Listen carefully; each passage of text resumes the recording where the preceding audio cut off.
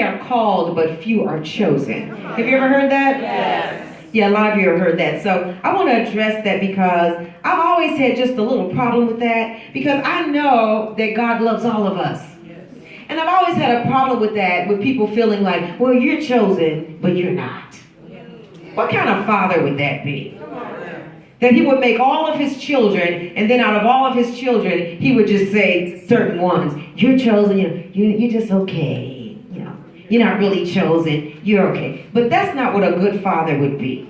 So while meditating on this, the revelation came to me that the chosen ones are the ones who have chosen to do what God has called them to do.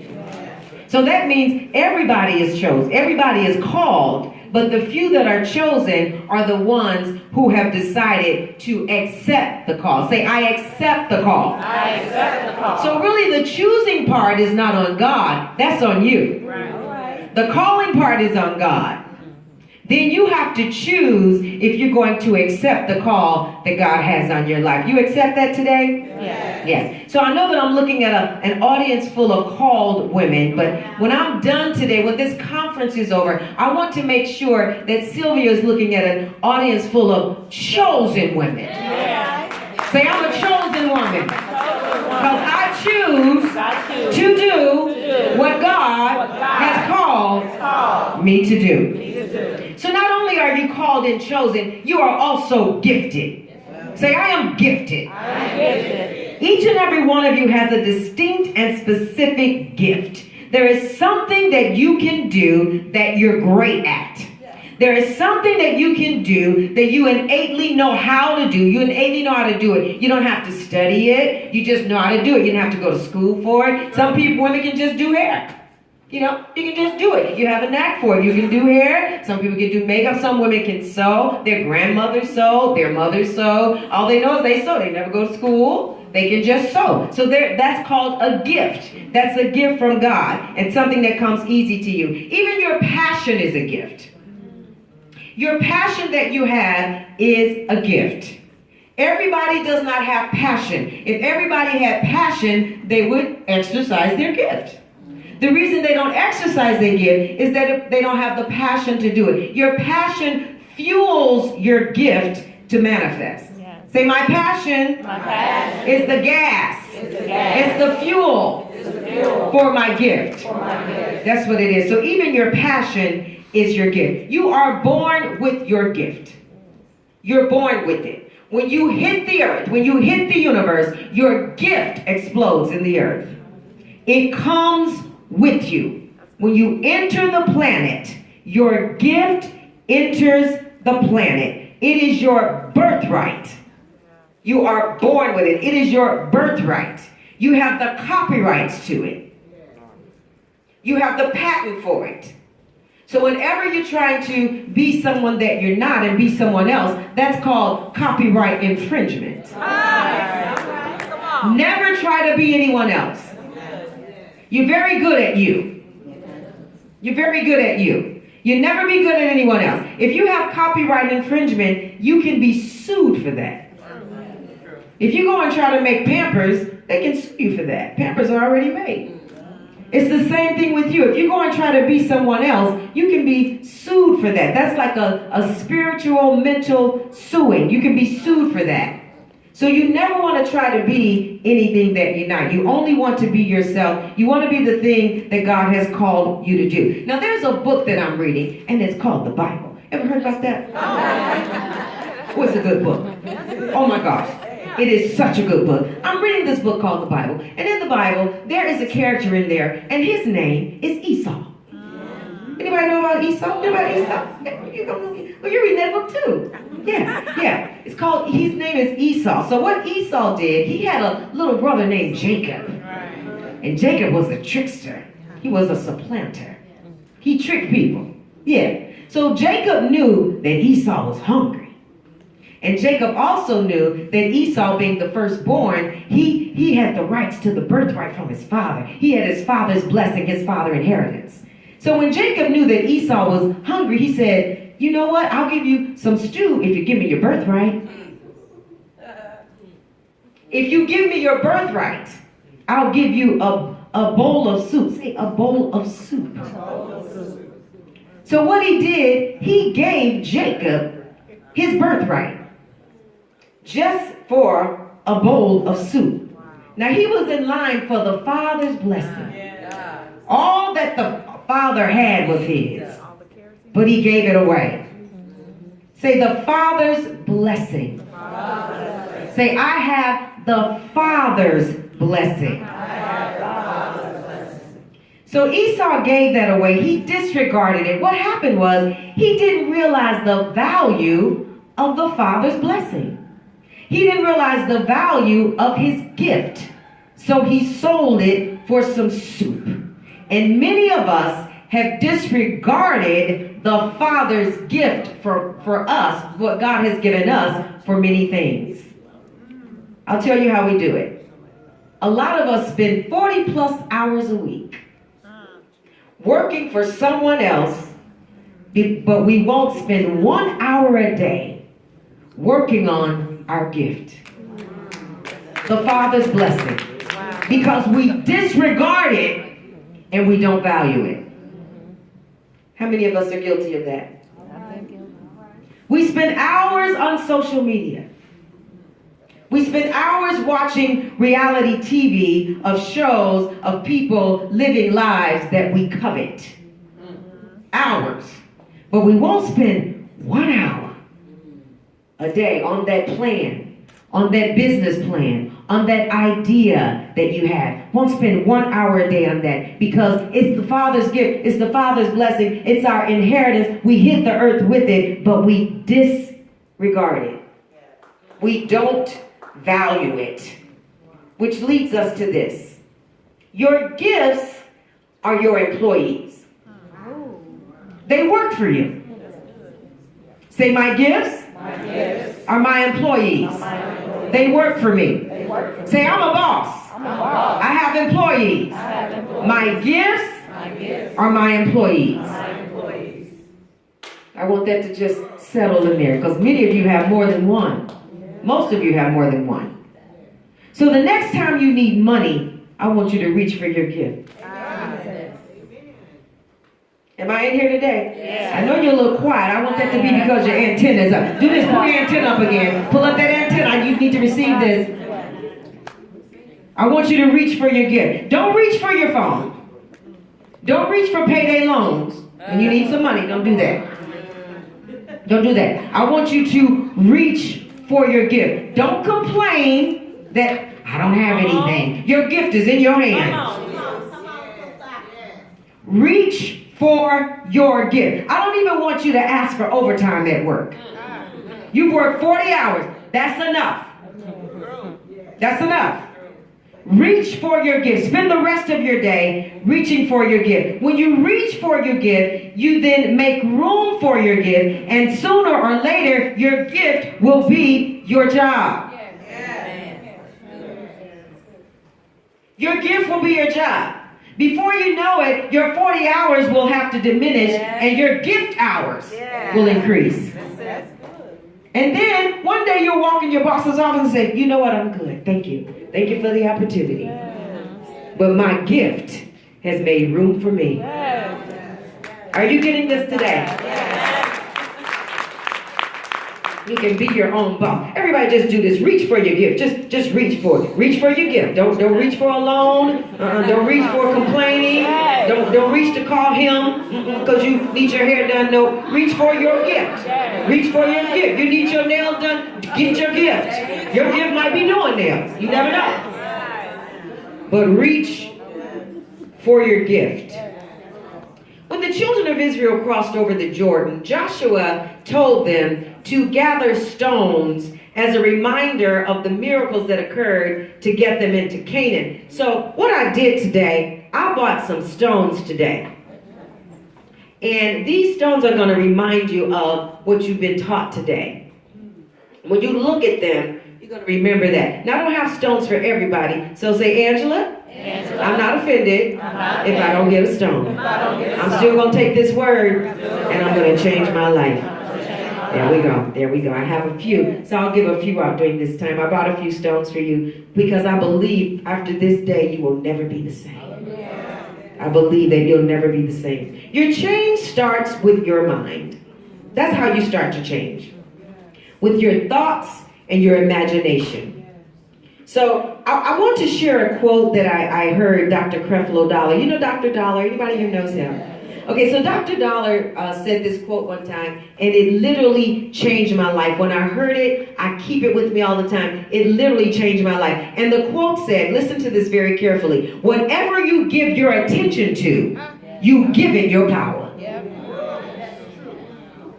I'm going to say that again. Whatever you give your attention to, whatever you ponder on, whatever you think about the most, you literally give it your power. Say that. Whatever I give my attention to, I give it my power. So if you don't want it, don't think about it. Don't let that reside in your mind. When you think about it, you call it to you. So some of us, we feel like we don't have a choice in what we think. You are your mind's manager. You manage your own mind. You are I'm dropping a lot of nuggets here. If you're taking notes, I hope you're taking these things down. You are your mind's manager. Say that. I am my mind's manager. I am my mind's manager. If you're thinking about something that is not conducive to bringing you into your divine, amazing, wonderful possibility, this is what you have to learn to do. Change the channel. It's as simple as that. That's right. Just change that. Stop thinking about that. Change the channel. Many of us literally watch TV with the remote in our hands. How many of you watch TV with the remote in your hand? If you're married, I'm sure your husband does. There's something about men and remotes. Yeah. How many of you, your husband, watch TV with the remote in his hand? Yeah. There's something about. How many of you watch TV with the remote in your hand? I do too. You watch. So just like you can change the channel from the Atlanta Housewives to Love and Hip Hop, you can change the channel in your mind. You just switch it. You stop thinking about that and you change the channel to think about something else. Because your mind, whatever's in your mind, is what you are going to manifest. Whatever you see before you, you thought at first. You know that outfit you have on? You saw that in your mind. You thought about that first. So if you're thinking about something that you shouldn't be thinking about, switch the channel. How can I switch the channel, Angela? I'm glad you asked. One good way to do it is music. Music is a great way to change the channel of your mind. It's a great way to do it. It's a great way to do it. If you're not thinking correctly, you're not thinking how you should think, change the channel with music. Turn on some music. Turn on worship music or turn on some inspirational music. I'm not saying just turn on any music. You know, you can't turn on Tank, you know. I love it when you... No, not that. Not that. I love it when we go... No. Not that. Say wrong song. Wrong song. Not that. But you want something worshipful or you want something inspirational. Songs like I Believe I Can Fly. I believe I can touch the sky. If you think about those kind of songs, if you put that on in your house, your whole mood will change. Your thoughts will change, and you'll start thinking about what's good for you. Say, I'm going to change the channel in my mind. Yes, because your state of mind manifests your reality. So you know about that book I was telling you about, right? That book I'm reading, that book is called the Bible. It's so amazing, and it has such good things in it. And one thing that it talks about, it says, whatsoever things are honest. What should I be thinking about? I should be thinking about things that are honest. Whatsoever things are true. Whatsoever things are just. I should be thinking about the things that are right. It says that we should think about what is pure, what is untainted, not things that have darkness in them. It says, whatsoever things are lovely, not ugly, but lovely. That's what we should think about. It says that we should think about things that are of a good report, not gossip, not the worst thing. But things that are of a good report. That is what the Bible says that we should think about. So when people approach you, you should be like Glinda in The Wiz. Remember that in The Wiz? Don't bring me no bad news. That's how you should be. Don't bring me no bad news. You should think like that. When someone comes to you with a bad report or some type of gossip or any kind of bad news, your life, your whole persona should be like a repellent. I want to talk about that. You have things that you're working on. You have somewhere that you're trying to get. You have someone that you're trying to be. So you cannot cloud your mind with all of that. Especially about other people, about your sisters that are trying to do the best they can as well. Don't ever cloud your mind with gossip or anything like that about your sisters. People know me. People who know me in my circle, they don't bring me bad news. They don't. Because they'll see my face like, oh no, Angela, she don't. I heard somebody say this one time. It was so funny. They didn't know I heard them, but they were gossiping about someone. And they were on their way to me. And literally I heard them say, oh no, shh. Angela don't talk like that. That's how your life should be. If someone's coming to you with something negative in any way, they should think before they come and say, oh, you know what? No, Susan, don't take that to her. They'll keep it and take it to someone else. Say, don't bring me. Don't bring me. No bad news. No bad news. So our first point we're going to talk about today, this first one I want to leave with you, is called the word imagine. Say imagine. Imagine. God is able to do for you more than you can ask or imagine.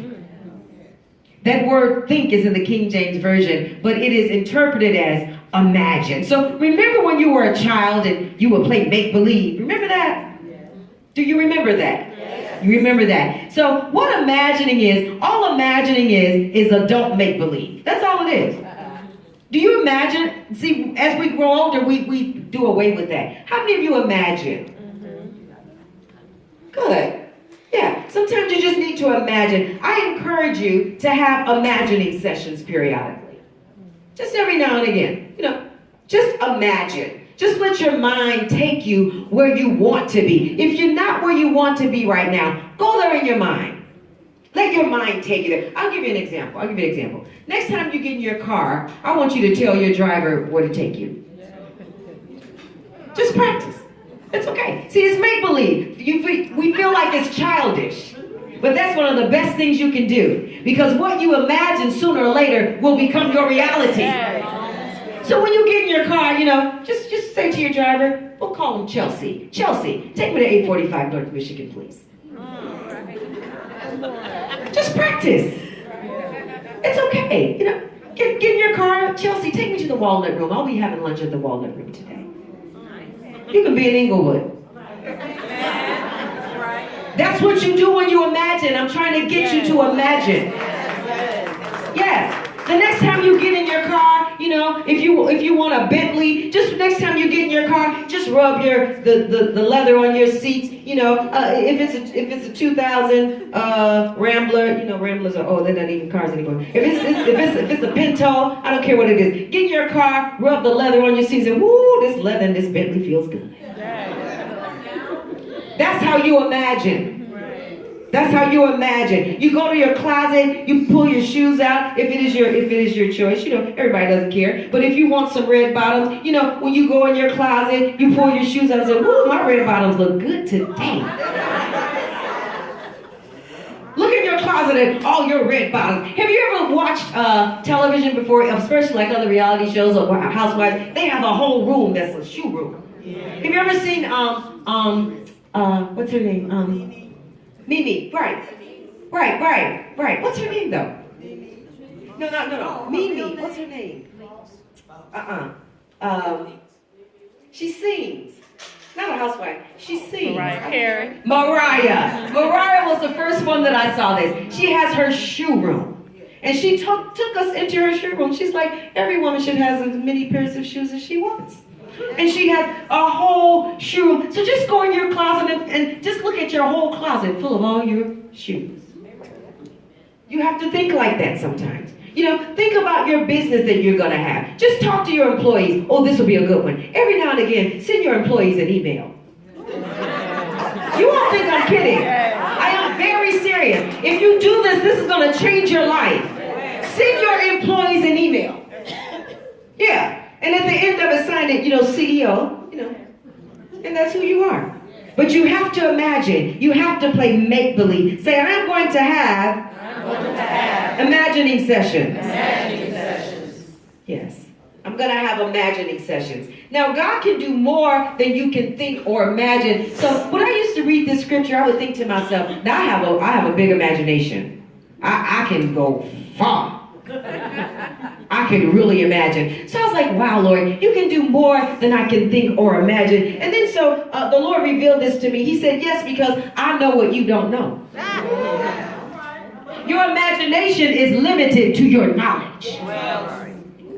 Your imagination is limited to your knowledge. But we serve an omnipotent, omniscient, omnipotent God. He knows everything. He knows people that you don't know. He knows the people that are going to help you with your business.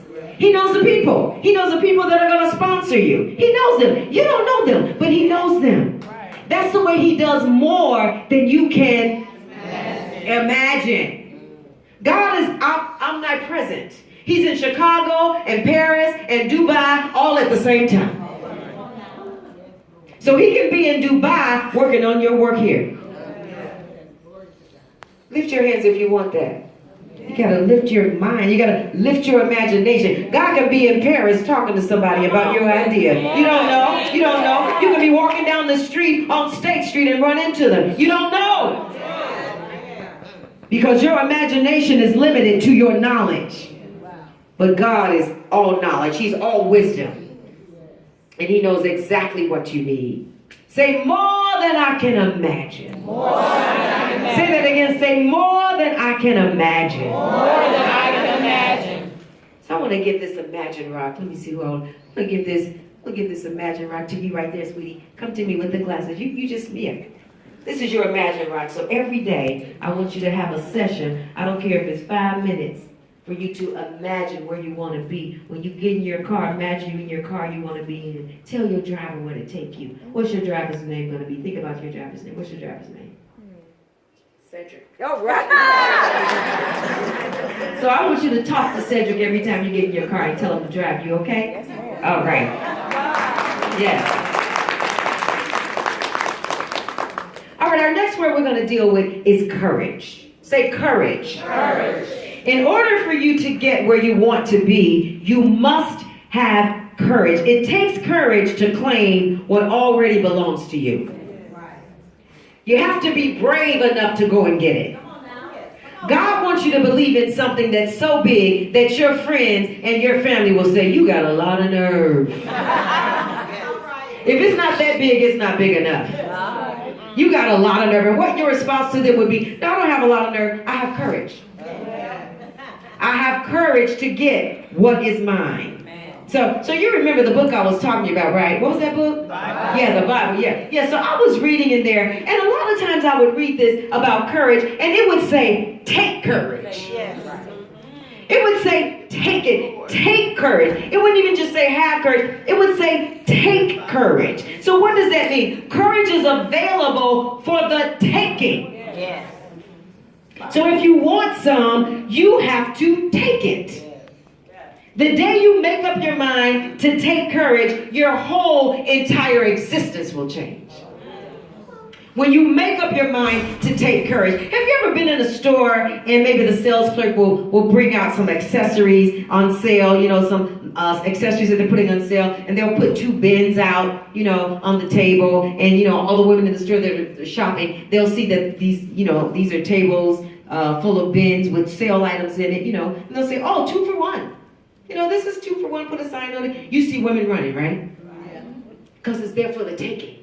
And they're just going through. I mean, women love that type of thing. If it's something that needs a mate, like say you need 2 pink ones, or it needs to be 2 black ones, they'll be like, I got the black one, I got the pink. They'll get that one. That's how women are, because we love shopping. And it's there for the taking. Do you know that's how your courage is today? Your courage is here for the taking. It's on the table. All you have to do is take the courage. I submit to you today, ladies. You must take the courage. God is not going to put the courage on you. He is not going to make you do anything. As Evelyn said, Jesus is finished. Sylvia said it too. He is done. It is your turn. Any successful person that you see had to take courage. Not only do you take courage to start the journey, you're going to need courage along the way, because you're going to encounter people who will not believe in your dream. So you're going to have to look to the side and say, that's okay, you don't have to believe. I got my courage. I'm moving forward with my courage. You have to do that because obstacles are going to arise, and you might look to the side and you might need your courage. You might be up below your budget. You might need some more money. Don't worry about it. Say, that's okay. I may not have my money, but I got my courage. I got my courage. Some people might leave you that start with you. As long as your courage doesn't leave you. I said, as long as your courage doesn't leave you. As long as your courage doesn't leave you, you're going to be just fine. Say to 3 ladies around you, say, take courage, it's on the table. Say, take it. Take it. Say, take courage, it's on the table. Take it. It's on the table. I have some courage stones here today. I only have 5 stones. And I'm not going to give them to you because you have to take it. So I'm not giving you courage today. You're going to have to come up here and take your courage. I only have 5. If you want them, come get it. 1. I only have 5. I only have 5. No, you can't take. No, put your hands back. Put your hands back. Put your hands back. I only have 5. I only have 1 more. Don't be offended. I only have 1 more. I only have 1 more.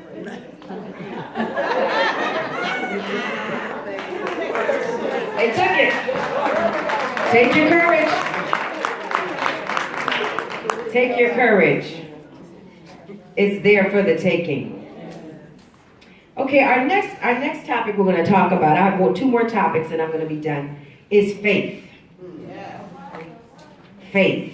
I want you to brace yourself because this definition of faith is going to be a little different from what you originally thought. So I want you to brace yourself for this. But belief only is dead faith. Belief only is dead faith. Let that sink in. A lot of people believe. Belief only is dead faith. Belief is the intangible part of faith. If works are never attached to belief to cause a manifestation, your belief remains unproductive and dead. Say dead. Dead. There have been people believing for years. I know people believing for 20, 30 years. I see them later. I've seen them 20, 30 years ago. I still see them. They're still believing. And do you know that sincerely in their hearts, they really are believing? They really are believing. I'll see them. Are you still working on that project? Yeah, it's been 5 years. But they're still believing. They're still believing. But what has to happen is you must add your work to that. As long as you live, my sisters, you will never get away from work. Amen. You will work until you leave here. Don't be afraid of working. Amen. But when you do what you love, you will never work a day in your life. I sincerely believe that it is our mission, even for our children, that when we have our children, find out what they love so that they won't work 30 years at a job they hate to have to retire from. 30 years, they're not even happy. My God. That is sad. So with your children, I have godchildren, I have nieces and nephews, I have people that I mentor. I'm always pushing them. What do you like? Because you need to do what you love, and you'll never work a day in your life. Make sure you do that. I worked 23 years at AT&T. Then I worked 18 years in the media. I retired in April 2016. And when people see me now, they'll ask me, what are you doing? Working? I work every day. I work every day. There is no success without work, my sisters. There is no success without that. Sometimes my assistants get emails from me at 4 a.m. in the morning because at night I'm working. My mind is still going. I'm still thinking about a project I want to work on, what I want to do for my prayer meeting. I have conferences that I speak at. I'll have an idea. I'll need something. I need a prompt for it or anything. So I'm always thinking and I'm always working. You will always have to work. But I do what I love, so I don't work anymore. I love now. Okay, let me go over here because I'm going to understand. You don't want to work. You want to love. Say, I don't want to work. I want to love.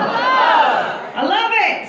I love being here today. I couldn't wait to get to you. I love it because I love what I do. Say, when I do what I love, I will never work a day in my life. Yes. So you add your works to that. You add your works to what you believe. Is it exhausting? Yes. But I do, yeah. Do I get tired? Yes, I do. Do I have some sleepless nights? I sure do. Do I have trouble shutting my mind off sometimes? Yes, I do. But I do what I love. And it never feels like work. So I want you to make sure, my sisters, don't be afraid of working. Don't be afraid of working hard. Don't be afraid of that. The only thing that raises your faith from the dead are your works. Until then, your faith is on life support. It's trying to come alive. It's blinking his eyes sometimes when you maybe write a proposal. It starts blinking. Then you put that away in the closet for, 2 more months. Dies again. But you have to wake it up. Another nugget I found in this book that I'm reading called the what? Yeah, I found this nugget. It says that faith calleth things. Your faith literally calls things to you. So every time you add work to your faith, work to what you believe, it sounds the alarm in the universe. And it says, hey, she's working on something. So God summons the angels, and he summons situations, and he summons corporations, and he summons people, and he summons ideas. Sylvia had this idea, so she sent out a summons, and Evelyn is here, I'm here, and the other speakers are here, and you all are here, because she put work.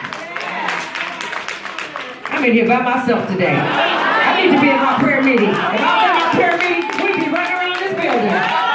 Add work to your faith. You have to do it. This is a perfect example of that. All of this is Sylvia's belief with work added to it. And whatever you do is going to be what you believe with your work added to it. That's what it is. Say, I'm not afraid to work. I'm not afraid to work. You're going to work all the time. You're going to have spiritual work. You're going to have spiritual work that you do. Like Ella was saying, she has tapes. And I'm dating myself too, both of us. You seen